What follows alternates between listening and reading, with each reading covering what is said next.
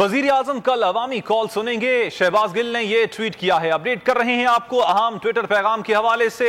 पाकिस्तान तहरीक इंसाफ की रहनुमा शहबाज गिल ने ट्वीट किया है जिसमें उनका कहना है कि वजीर आजम कल अवामी कॉल्स सुनेंगे।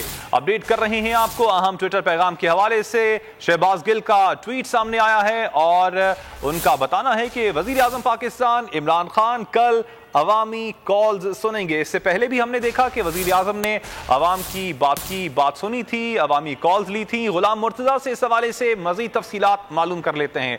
गुलाम मुर्तज़ा, असम्बलियाँ तहलील कर दी गई हैं और अब वजीर आजम एक बार फिर कल अवाम की कॉल्स सुनेंगे। जी बिल्कुल, ये एक ट्वीट आया है डॉक्टर शहबाज गिल की जानिब से और ये उन्होंने बताया है कि वजीर आजम जो है वो कल अवाम की कॉल सुनेंगे, अवाम से बात करेंगे।